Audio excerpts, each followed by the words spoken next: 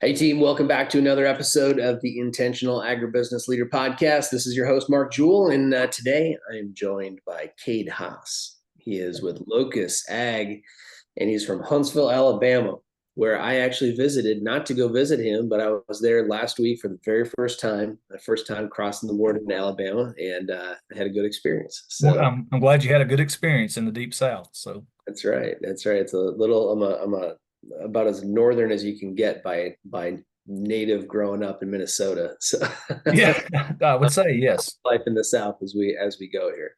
Yeah. Good man. Welcome to the show. Thanks for being here. Thank you for having me. Cool. Kade, what does it mean for you to be intentional? Mark, I've been giving that question thought, and to me, might be different a lot of people, but it's having a direct target in mind when we make a decision. Hmm. Just being laser focused on what we're going after, how we're going after it, and having that end goal in mind. Whether it's research, sales, building a sales team, just being very intentional on what our purpose is and what our goal is. Hmm. Yeah. Good stuff. I like it. I like to see where everybody comes in on that one to get a little bit different, but it does mean something different, right? To each Mhm. and every one of us. And that, I like what you're saying about this direct target in mind when I'm making a decision. And Mhm. it's that it provides that clarity, right? In our work, in our training work, we say clarity is power. Yes. Have clear, we call it it's a leading indicator to lagging results. Clarity being the leading indicator to those lagging things that you want to be able to create in Right. in the long run. It's good stuff, man. Absolutely. Yeah, Good. just no wasted movements, I guess, is the way I like to look at it. Yeah. Be intentional with your movements. I like it. All right. Tell us about Locus. Tell us about you a little bit. Locus actually is a fairly new company. We're a biological seed treatment company. Offer planter box applied formulations, Rhizobia, Bacillus, Trichoderma. That's where we're kind of laser focused, what we're good at. It's what our Yeah. sales team's good at. Um, Offer seed treatment options, in furrow options, and I'd say Locus has been around since 2017, 18. Hmm. But really, I got here in September, Mark, and they were going direct to farm, which is as you know, everybody listening to this podcast knows you got to have a big team to do that. And so we got in here and kind of flipped everything 360, going back through distribution, working with our distribution and dealer partners that we have connections with. And so it's been a wild ride. I've always been on the agronomy research side. I'd Yeah. say my entire career since getting out of grad school at Auburn. Hmm. So, for me, leading a company, it's a challenge. I mean, it's a new adventure, and that's how I look at it. I'm learning something, but luckily, I've had some good mentors along the way that have prepared me for this. Yeah. Well, tell us a little bit about your team. I know you're the SVP role there, right? Yes, sir. So yeah, tell us a little bit about the team you're putting together. We've got, I think, on the ag side, the last time I checked, we've got 20 team members that are solely dedicated to the ag side, and Hmm. that's from product development, agronomy team, and then we've got eight, eight, nine sales guys. Then Jason McGar is my sales manager that worked with me previously. So, in my mind, we've always said this, and this group has been together a long time working in this space. We've all found a way to stay together. And Mark, I say it all the time, and it's not bragging, but I really feel like we have one of the best biological seed treatment sales teams on the market. I mean, we said that 8 years ago. We don't mind going up against the big boys. Sure. So we got a very knowledgeable group of guys that know these biological products and know how to promote them and recommend them in a real agronomically sound way. Which Hmm. to me, on our side of the business, the biologicals, that's where we run into problems because we have so many, very little regulations in the U.S. Hmm. Like I was speaking before, I just got back from Canada last night, and you try to register a biological in Canada, you better have your I's dotted and T's crossed, because they don't play around. So Yeah. that's where I feel like we do a really good job is we know the products, know the organisms, and we know the limitations and the benefits of the organism. We don't oversell, and that's one thing I've always tried to pride myself on is not go out and give them the best case scenario. Just give them the middle of the road and let's Hmm. see how it works. Just keep it real. Yeah. And going back through distribution, I know there's a lot of people listening that are in similar types of roles, and think we all get challenged with this, but how do you, what makes a good biological seller at that level of the game, right? Because you're not, your guys Like aren't going, always the ones at the farm gate, right? Selling that stuff. If you're going through distribution, that means you got a retail seller that's yes. representing you at some point, And I right? think that's where we've been successful in the past at our previous jobs and here at Locus, is being able to train the salesman for Mm, your distributors, for your dealers. You've got to spend miles in the truck. You got to go to the farms with them. You got to do the demos. You've got to, not even so much field days, but you're training. I know at our previous company, Chris would always get me if we hired a new salesman. Vince or I would go ride with those salesmen during the summer. yeah. And Vince was from Minnesota and Albert Lee, and he Hmm. taught me a lot of the biological world when I first got into it. But to me, it was not as much as those salesmen getting sales that year. It was teaching them the products where Hmm. they could go out with the farmer or the dealer sales team and show them what the product's doing, and just not to oversell it. I mean, it's just because if you're not careful with biologicals, you can make it sound like fairy dust, Hmm. and these products aren't that. I mean, they're very agronomically sound, but you gotta have a team that knows how to promote them. Hmm. And we've been lucky, I feel like, with our customer base that the people that sell our products, their teams have a great understanding of biologicals and know how to place them. I mean, Yeah, it's not right for every acre or every hybrid of corn, sure. so that's where we really go in and, sounds crazy in sales, but you might not need a trichoderma bacillus seed treatment on every hybrid of your corn in your catalog.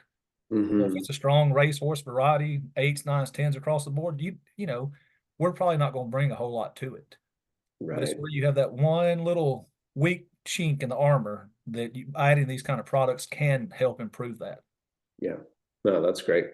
What do you think is what's going to be the biggest hurdle to greater adoption of biologicals into the farmer's portfolio of things that they're trusting your. Mhm. That's a great question. Previous career in steel, I've always done all of our international work. Hmm. Like this time last year, I was in the Philippines and South Korea for 2 weeks working with seed treatments in Ukraine, Latin America, Turkey. And overall, Mark, I feel like, and even in Canada, Canadian farmers, I think a lot of these farmers in other countries have a better basic understanding of biologicals Hmm. at the farm gate. And so I think as an industry, I think it's our job to really help promote these products in a real manner with the agronomic bit. I don't care if it's my products or an azobacter or, mycorrhiza, just Hmm. promote them and educate the growers on what they do and that not every product's correct for every acre. I mean, Yeah. that's where I think that we as a biological side have to get to is being able to show where certain strains or species fit in better.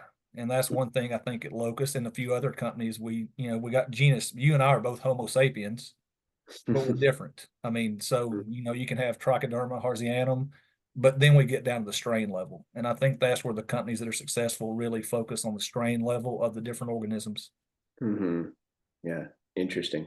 Mhm. Fascinating stuff. This advent of biologicals really become, and regenerative agriculture in Mhm. general becoming a more dominant piece of the conversation, and to see how we can ultimately become better stewards of the soil and so forth, so that you can grow these amazing products, grow these amazing crops. It's just interesting to be living through the time that we're in Oh, right it now. is. Yeah, I can look Yeah. back at from when I first got into it, and Yeah. that's a lot of what it was. It was going to the organic guys, the hippies, the Yeah. walking around barefoot, as Jason always says, my sales manager. He call it grounding? I think he says. He's always like, oh, can we Good grounding? for you, by the Um, way. but I mean, and that's the thing is that we have organic products, but that's not what we sell off of. Right. If we have an organic grower, we want to be able to provide him Yeah. a answer, but that's not what we lead with. I mean, we lead off the agronomic, the trials, what these products do. Hmm. Good stuff, man.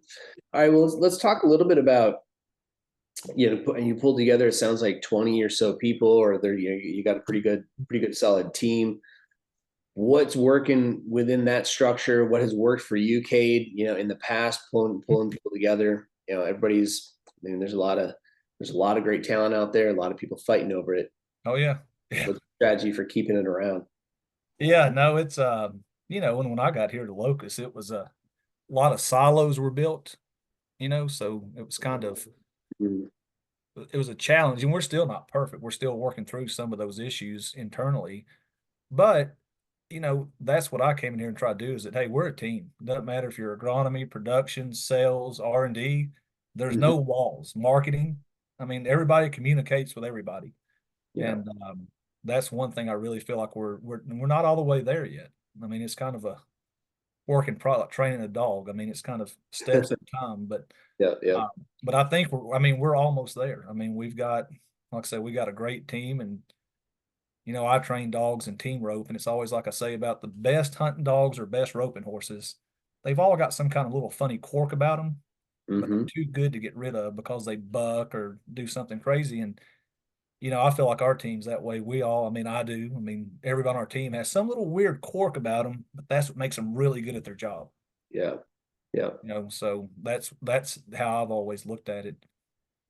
Just Good breaking stuff. down the walls and letting Yeah. everybody letting everybody communicate. And we're not. I tell Jason all the time, look, don't agree with me all the time. Hmm. That's what makes, I think, the most successful teams that I've seen. Everybody has different ideas, Right. and strengths, and so we don't always have to agree. But let's disagree respectfully. Yeah. Well, one of those key things that anybody can do is to create a workspace within which people feel safe dissenting to some extent. I mean, Yeah. I need to be able to push back or disagree or say, hey, what about this? And that, unfortunately, man, and this is like being in our business as a coaching company, getting to look under the hood of so many of these teams and leaders. And I Mhm. mean, why in 2024 do we still have to solve for people getting yelled at for asking a question? Oh yeah. That's a problem. It's a huge problem. Why Yep. do I mean, your people, not yours, but just in general, Oh no, we have it also, my friend. I mean, it's right? yeah, we mean emails, yelling, screaming. I mean, it's, but I think it was a culture thing. Yeah. I think it was that's how things were. And now I'm not that way. I mean, I want people to disagree. That's how great ideas are, born. Hmm. You Yeah. know, my microbiologist and I mean, Scott and I might sit there and yell at it. And we've worked together for a long time, but we might yell at each other for an hour Yeah. on the phone. But then before we get off, we're laughing and we've come up with a middle ground, great idea, Hmm. I mean, how to solve a problem. Yeah. Yeah. So no, you nailed it on the head right there. That is our team to a degree sometimes. But yeah, it becomes a challenge, right? I mean, when people are not willing to work through it, Right. right? So they get stuck and they start getting in a story. Well, he just always has to disagree because da, da, da, right? Absolutely. The person just never has good questions. These people should show up and if they're going to ask questions. They got to have better questions than that. Well, okay, where are you going to start them out at? Hmm. Right? Like Yeah. where do you like if your first response to me as a new guy in the team is you have stupid questions, come back with better questions. I'm not coming back with better questions. No. I'm going to agcareers.com. Yeah. And Mark, I think that's what creates those silos within a Mm-hmm. company. I mean, you get, I go out here with one of my duck dogs and kick it enough, it's Yeah. not going to come back home eventually. Yeah. I And I mean, think people, people are the same way. I mean, it's you get belittled or some kind of comment made to you every time you approach someone, then finally you're going to quit coming. yeah. And Absolutely. it's so like, I think it's because I'm in this work all the time. And these are the conversations that we're having. And like, if those of you that are listening to this podcast and listening to this conversation, if you could understand how much money, if you could put this in terms of money, how Mhm. much it's costing you to have created work environments within which people don't feel safe asking simple questions, even if it's a dumb question, Mhm. right? There's a lot of psychology that actually plays into this. Someday when you get to come to one of our live training events, you'll see how we do this. Yes. But every classroom is very intentionally curated to create a space within which people begin to trust each other more and feel safe. Mhm. I'm talking about whatever's going on, asking better questions, just asking questions in general, sharing, their part, what's on their mind. And we have a very intentional, purposeful process that does that, and it works every time, just like a machine. And so our classroom experience will be very similar no matter where you go, right? Or when you came or at what time in history you came. And that's something that, and we do that to model to the organizations that we work with that, hey, when you do it this way, you get similar results. Right. Why don't we have these results? Why aren't we having this depth of conversation? Why don't we have this level of trust inside our team, our organization? Because you don't have a process. Right.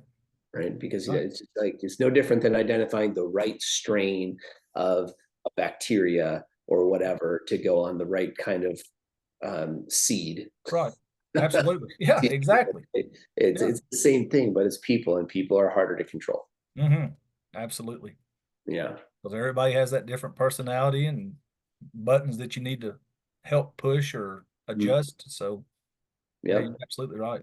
We don't always know what's going on in that person's life either, right? We don't know what's going on inside, outside of work. There's more to the person that influences the work result than just the person who shows up for 8 to 12 hours a day at work.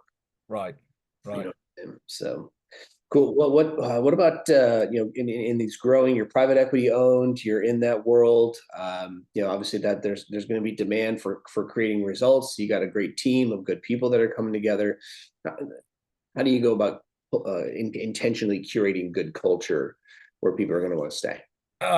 Keeping everything very honest with the team. I mean, we don't, since I've been here, we don't hide anything from our team, good, bad, indifferent. And then, one thing that my former boss always taught me with the sales, that sales team has to be put on a pedestal. And I think that before that was not the case, but we have changed that, where the sales team is the important group in the company. I mean, everybody's important, but that sales team's out there, they're the ones gone from their family, missing ball games, missing birthday parties, and basically paying everybody's salary. Yeah. So, in mine, Chris Thrasher, who I introduced you to at Commodity Classic, my best friend and former boss. I mean, that's one thing I always watch Chris. I mean, that sales team was put on a pedestal. And that is probably one of the most key takeaways I got from him. Because I've seen him go to bat for us a lot of times when we were all together, and it was knockdown dragouts, but he was making sure that sales team was taken care of. Right. So it's such an important piece, right? I mean, at the end of the day, if it's not generating results, not generating revenue, it's not going to stick around long. Yeah, exactly. You're exactly right. Yeah, I've had a couple of conversations lately with some people around, let's say, things that are important probably in the grand scheme of things and will become continuously important over time, but they don't necessarily generate dollars and cents results today. Right. And so they're frustrated because they can't get adoption of their thing. Right. And, they're like, well, eventually this is going to be a problem. Everybody's going to have to deal with that. I said, but you have to understand, like, what guys like Kade and Kade's sales team are going through today is like what actually gets paid, right? What gets the business paid, what keeps the people enrolled, and especially in startup culture, not that, when we're really still trying to establish ourselves in the market and get across to people in a positive way, man, it's like, if it's not driving revenue, right, it's just not going to stick around, or the company's not going to stick around. Exactly. And the blue sky is what I call them. The blue sky projects are great and wonderful, and those have to be in a pipeline. That cannot be your focus. Right. You have to stay in your lane, what you're good at. And yeah, I mean, my R&D team is outstanding, and that's what they're working on. I don't want the sales guys having to worry about what we're doing in 5 years. Yeah. And some of that does come from their ideas, but they know good and well they're going to sell what we have right now that we know works. We'll worry about the blue sky projects, later on. We'll let you know when it's ready. Yep. So no, you're exactly 100%.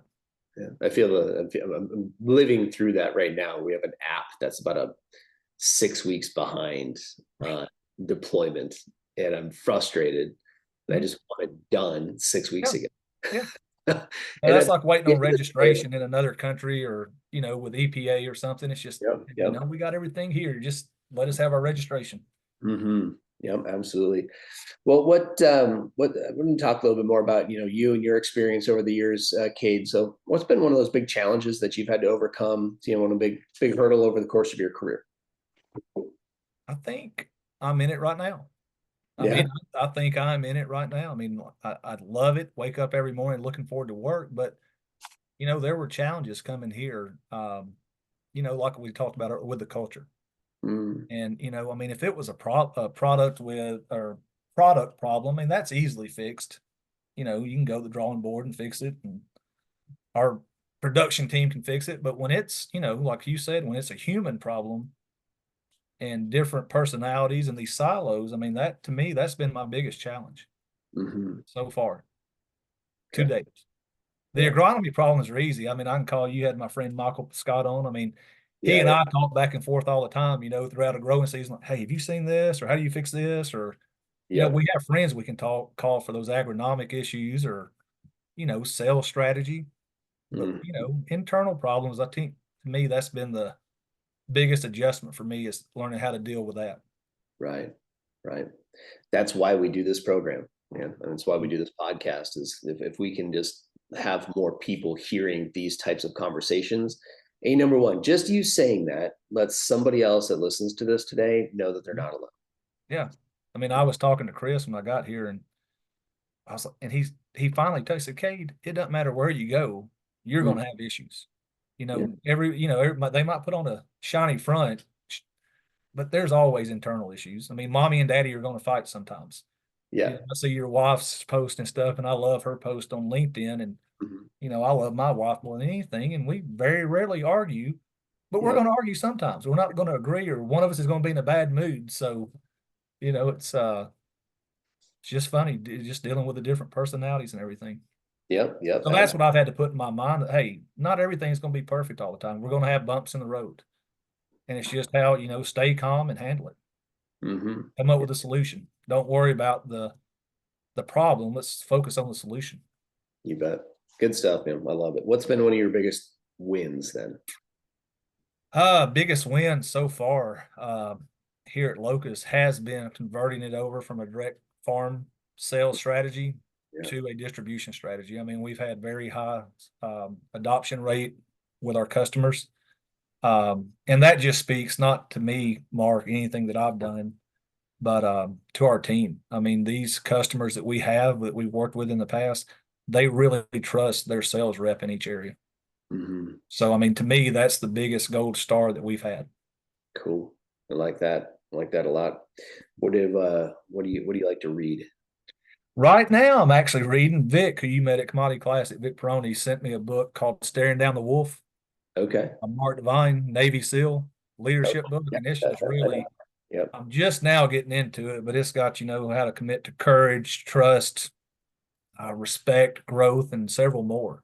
So I'm Mhm. just now getting into it. But Vic sent that to me back at Christmas. And, like everything in life, chasing my daughters around volleyball and softball has kind of been sitting there.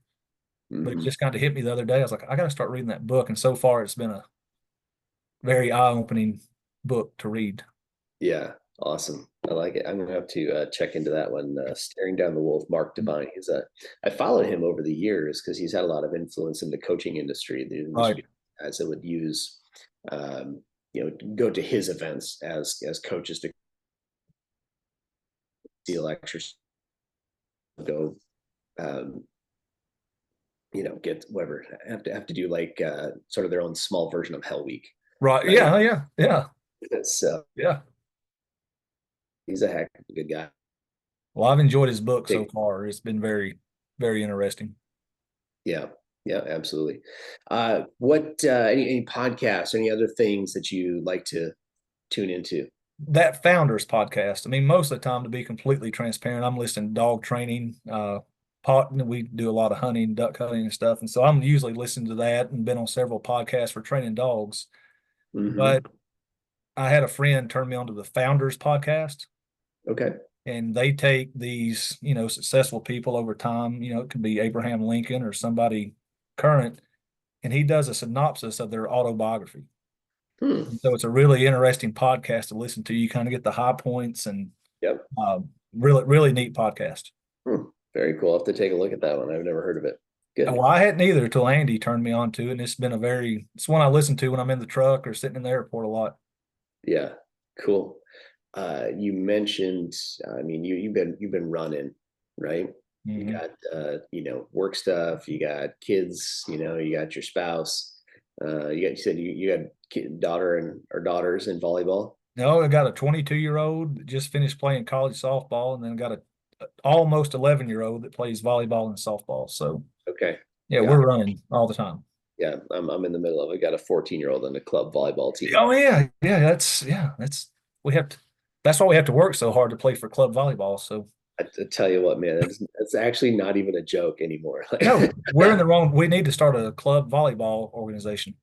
I was actually doing some of the math on what some of these organizations I think are making, Oh and yeah, I yeah. know it would be a bad idea. We were setting up for our local Huntsville tournament that our club hosts.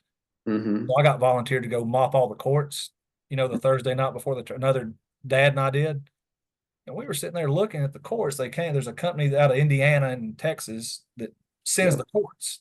Hmm. I was thinking, hey, that's a $5,000 floor, $30,000. That's a heck of an idea to rent out volleyball courts for these big tournaments. So Man, yeah, yeah. 30,000 per court. It was 29 or 30,000 per court that they Wow. put down like in the convention centers, Yeah. I think we had 16 courts going at ours and for 3 days. So yeah, you think about that, and I don't know what we paid to rent them. Pretty Lord. good business model. Yeah, no kidding. Good Lord, that's a lot. Yeah. Yes. Anyway, I mean, I don't want to get too caught up in the economics of club volleyball or club sports in general, but anybody who's got kids that are in that kind of thing that are highly competitive, we're talking about. But it does highlight a significant point, right? Cade's not only SVP at Locus, and building the organization, building the sales organization, building this, helping build this business out, right? You got kids doing all kinds of things. There's life, that goes into all this. And so first question around that is, what do you do to keep your energy up? Workout. Working. I'm religious to run. I hate running, but I do it every day to mainly keep up with my dogs during hunting season. Okay. But it's become one of those things that I don't want to miss it. I mean, so I try to stick to my routine on working out and running, and the working out part's really been lacking just with travel, but I can always find time to run, go jump on the treadmill, run for 40 minutes and, eat healthy and just try to, and I feel better I've been doing that for the last 6 years and just made a complete difference in how I feel and mental clarity and everything. Good. Yeah. Makes such a big difference. I just kicked into some CrossFit classes here recently to upgrade. I had not been getting the level of intensity that I know that Mhm. my body needs. Developed plantar fasciitis last year, and just it put a stop to the running because I just had to wait for this thing to clear, and it Right. had gotten mostly better and still not totally there. Running a little bit now, but I jumped into one of these CrossFit classes and was like, I need to have somebody tell me what to do Right. and make me hurt just a little bit. Yeah. Do that very intentionally. Bring that up intentionally. I intentionally put myself in a situation that makes me do things that I won't do for myself. And that's what my friend Vince, that he and I've always worked together up in Minnesota. He got into CrossFit probably about 3 or 4 years ago, Mm-hmm. and it's changed who he is. I mean, just his attitude, and Yeah. and that's why he's pushing me. He said, "You'd love CrossFit," and I just got to take the jump to go try it. So, And that if you end up in the Triangle area up here in North Carolina, you can come and we'll go. I don't know what they call it. We'll go get a workout in. it's a date. Sounds good. All right. So so that's the capacity piece. What do you do to stay like? How do you keep yourself productive? Right. I mean, just you got to be getting pulled in so many different directions. Oh, you do, and that's I've had to learn to say no. That was Hmm. one of my biggest weaknesses and bad qualities when I got out of grad school and became an agronomist for a large regional co-op. Was I didn't want to tell anybody no. And what I realized was, you know, might have got delayed by a day or two, but then I look like I'm lying to that person by not fulfilling what I said I would do. So I've really learned over the last few years to say, hey, Mark, I'll do it for you, but I can't get to it till this date. Mm. And if the person's okay with that, great. If they're not, we'll back up and punt and figure out another alternative. But That's what I've had to do. And I live by my calendar. I mean, if it's not on my calendar, it's not happening. So it's one thing I love about this technology nowadays is, having the calendars and the ability. I mean, I put everything on there from ball practice to Mark Jewell's podcast. I mean, it's Yeah, there you go. everything's on there. So Yeah, it has to be in the calendar. Obviously, that's a big piece. But the one of my intentions behind asking some of these questions like that one is for people to see how different people are doing it, but also you can there are different standards, different levels of standards for how people are experiencing life. It's not just putting stuff in the calendar. I think I said yes to a meeting yesterday morning that was kind of like one of those gray areas. Like, I mean, it could go either way, right? right, And I'm like, I don't know if I should put it in there, but it could also turn out to be really good.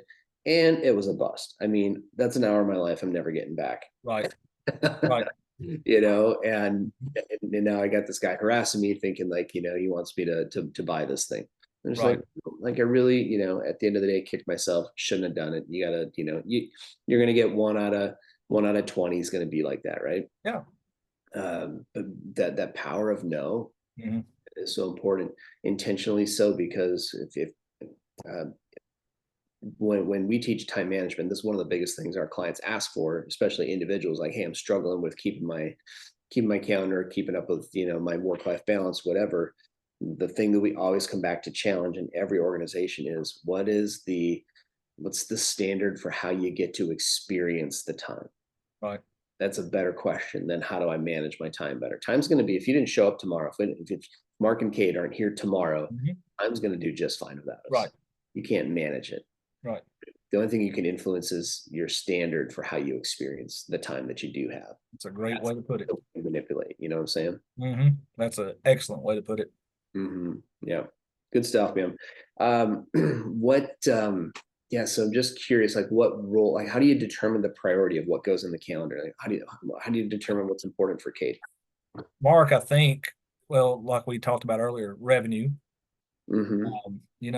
Those opportunities like going to Canada this week, that's money here, 2024, 2025 sales. Um, a project that might not come to fruition for 3 to 4 years, I'm still going to give it attention, but it's not going to be on the top of my to-do list on Thursday morning.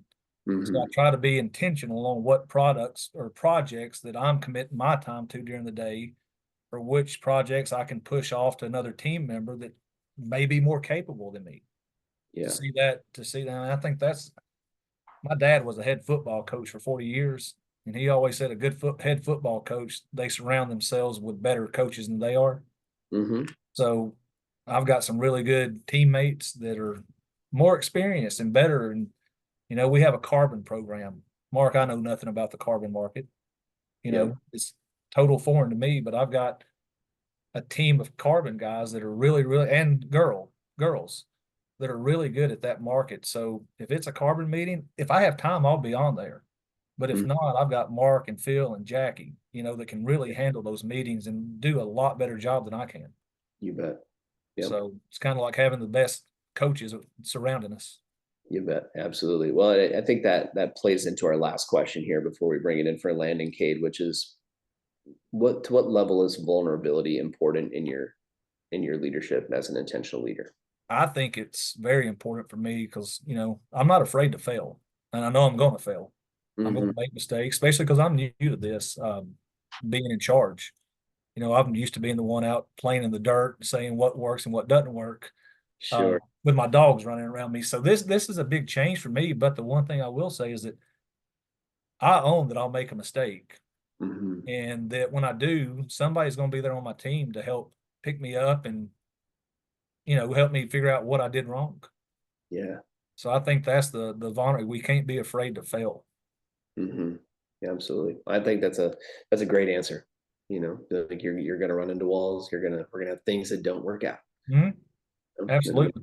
pick it all back up as a team and try to move forward. Yeah, yeah. I mean, that to me, once again, that having that team around you that you trust is Mm. so vital. I mean, every one of our team members I trust with my life. I mean, they're like I said, we're all quirky and weird, but I trust every one of them. It all works together. Yes. Love it, man. All right. Fascinating conversation today, and really appreciate you coming on the show and being part of the Intentional Agribusiness Leader podcast, Kate. Well, Mark, thank you for having us. I think you're doing a great thing, man. Appreciate it. Yes, sir. See you later.